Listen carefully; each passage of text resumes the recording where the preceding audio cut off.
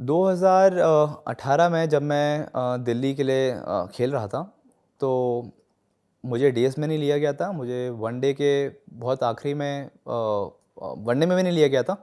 टी20 में मुझे नॉकआउट्स में बुलाया गया था और मैंने उसमें फाइनल में 50 किया दिल्ली के लिए। सॉरी, टी20 के बाद फिर वनडे हुआ था। फिर वनडे में मैंने दिल्ली के लिए सबसे ज़्यादा रन बनाए। उसमें से एक मैच ऐसा भी था जिसमें पहले मैच में मेरा जबड़ा टूट गया था and I got 100 against UP. But फिर भी मुझे रणजी ट्रॉफी नहीं मिल रही थी, तो मैं अच्छा कर रहा था। फिर मैं देवधर भी खेला उस साल, बट मुझे रणजी ट्रॉफी नहीं मिल रही थी। फिर मैं अगले साल आ रहा था, फिर मैं ड्रॉप हो जा रहा था कहीं ना कहीं से। तो ये जो ड्रॉप खेलने का सिलसिला था वो 2-3 साल चला। 2017-18 की मैं बात कर रहा हूँ। एज अ प्लेयर जब आप बार बार ड्रॉप होते रहते हैं तो आपका कॉन्फिडेंस बहुत ख़राब होता है उस कारण, जो कि it's not a very healthy environment for any player. तो जब वो काफ़ी ज़्यादा होने लगा और मुझे दिखने लगा कि यार मेरे को क्रिकेट यहाँ रेगुलरली नहीं मिल रही है, तब मैंने डिसाइड किया कि मैं उत्तराखंड जाता हूँ, क्योंकि यहाँ पे अब चीज़ें बहुत डामाडोल होने शुरू हो गई हैं। 2017 तक, जब तक गौतम गंभीर दिल्ली के कप्तान थे, तब तक वो टीम में कुछ भी गड़बड़ नहीं होने देते थे, क्योंकि he was a very strong leader.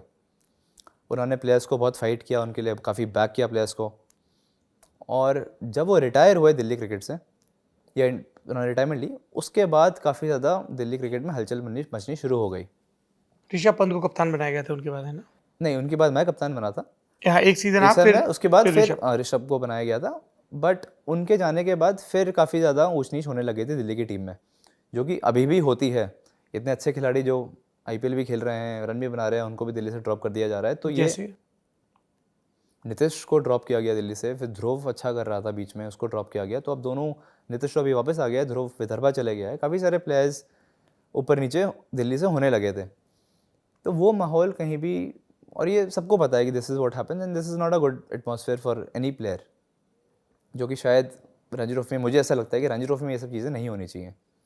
Ranji trophy आपकी स्टेट की मेन टीम है और your best team should play, but वो शायद नहीं हो रहा था। उत्तराखंड में कैसा रहा? उत्तराखंड में ऐसा रहा कि उत्तराखंड में हमारे वनडेज से शुरुआत हुई। वनडेज मेरे काफ़ी अच्छे चल रहे थे।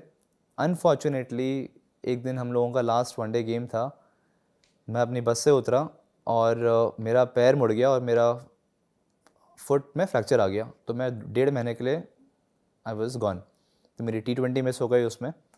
बट मेरे को इतनी ज़्यादा उसमें उत्सुकता थी कि मैं वापस आके खेलूँ, कि मेरा जब प्लास्टर निकला तो मैं उसके तीसरे दिन ही, रणजी ट्रॉफी चल रही थी, मैं वो मैच खेलने चले गया। तो basically totally out of practice था उसमें और थोड़े जल्दबाजी कर गया खेलने में।